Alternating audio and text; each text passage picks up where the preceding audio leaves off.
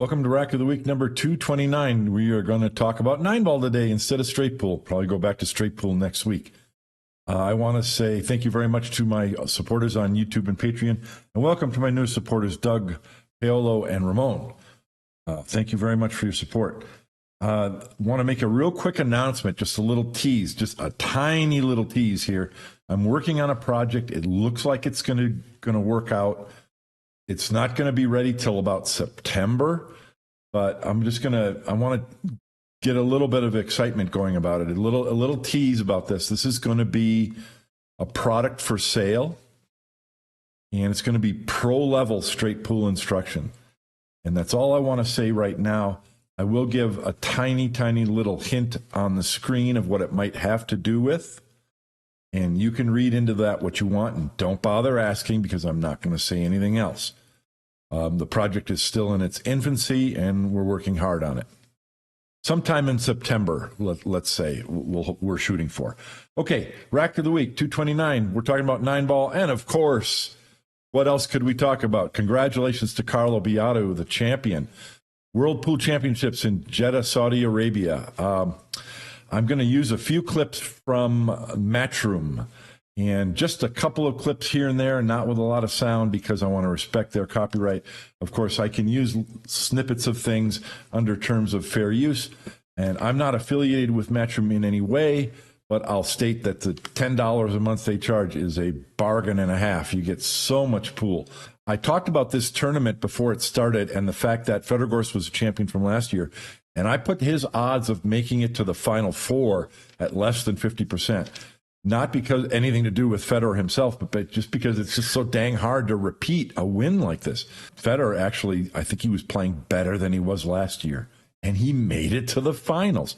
Once Federer makes it to the finals, all bets are off. Now I don't want to say he was the favorite. I think it was 50-50. Carlo Biado is already an established world champion player himself. And so, and then Federer won the first two games. Federer was ahead 2-0, and I was like, yep, it's going to be another Federer show. But then, the next thing you know, the score was 9-2 in favor of Carlo Biado. How does that happen? It happens because at this level, the Nineball that these guys are playing, they are making so much value out of the slimmest of opportunities. And I call that maximizing opportunities. And that's what Nineball's about. Nineball's very simple. You have a shot, try to run out. You don't have a shot, play safe. It's pretty much that simple. I'm exaggerating. But these guys, I mean, they've got a difficult jump shot, and they make it and run out. You didn't do anything wrong. You played safe. You played a good safety.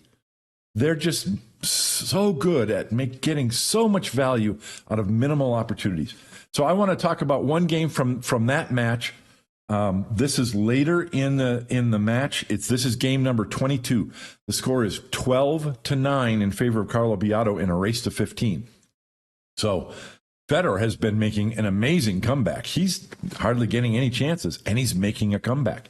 He's still 3 games behind, but he's at the table playing safe. And Federer's got a difficult shot here, but he's going to hit it well. Look at how much left English he's putting on the cue ball. He wants to spin the cue ball in here and knock the 2 past the 9, and then have the cue ball go this way behind the 9 ball. And as expected, you can understand how this turned out.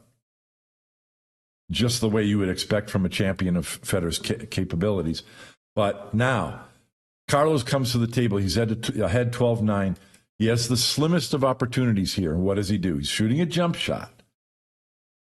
This is, in my opinion, one of the best jump shots in the match. And Federer made some amazing jump shots as well.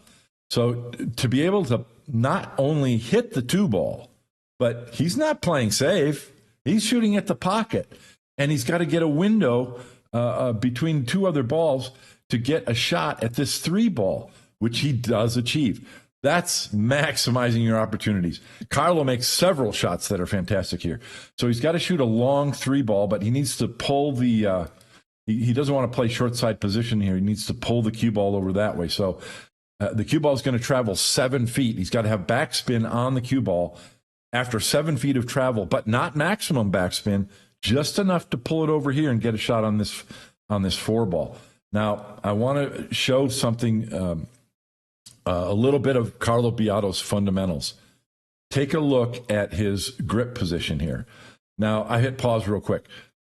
I have to state I'm not a fan of Carlo Biado's alignment. His wrist and elbow position are not over the cue. But we won't talk about that. I want you to watch his grip. Watch his fingers on his grip here. Look how his fingers come off the cue. And I'll play it again in slow motion. Backstroke, the rear fingers and even his forefinger and middle finger looks like they come off the cue. Now you can watch Carlo Biado play, and there's times where there's a camera angle from the other side, and you can see inside his hand and see what he's doing.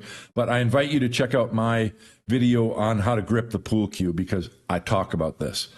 And even though I'm not a fan of Carlo's alignment, this is one of the reasons for his accuracy and consistency and the ability to summon this kind of gentle power that you're going to see on this shot. Look at how slowly the cue ball's moving. That's after traveling 7 feet, hitting the 3 ball full. Just slides on over there. Carlo gets a shot on this purple 5 ball.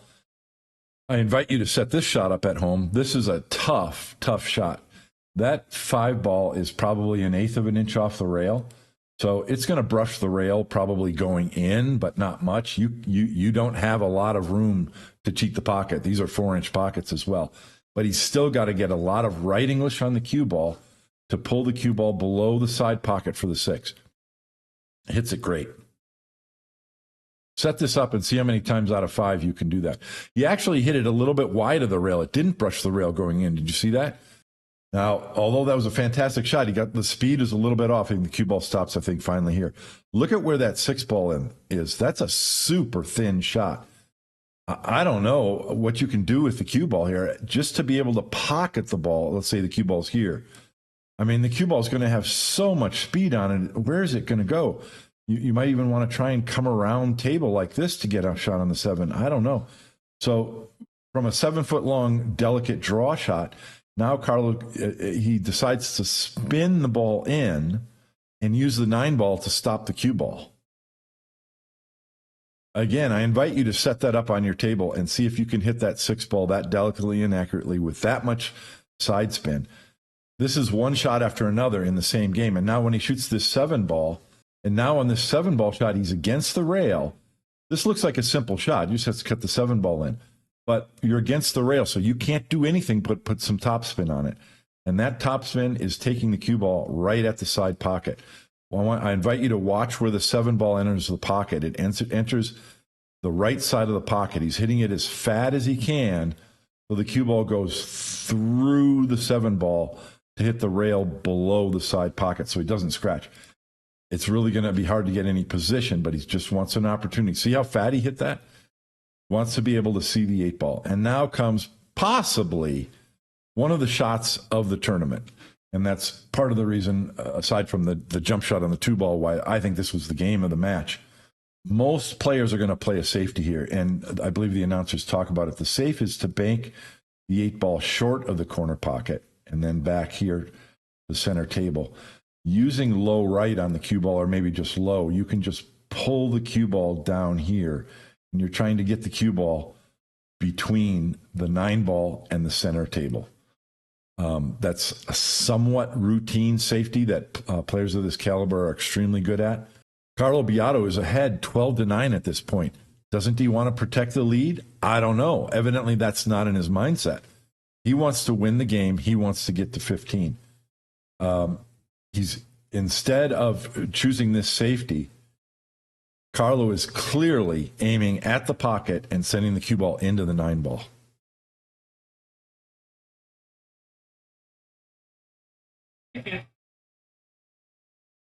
Shot of the match, as far as I'm concerned. We love to talk about jump shots because they're flashy and exciting to watch. But to go for a bank shot into 4-inch pockets, let me know what you think was the best game of the match and what the best shot was by Federer or Carlo. Super congratulations to Federer Gorst. Fantastic tournament. To make it to the finals 2 years in a row, that's incredible. Congratulations, Carlo Biado. Can't wait for the tournament next year. And can't wait to see what's happening with the Reyes Cup this year. It's going to be Asia versus the rest of the world. So great things coming with Matchroom. We're going to do straight pool on the Rack of the Week next week. Thank you for watching. If you're going to play pool, play it straight. And see you next week on Rack of the Week. Bye.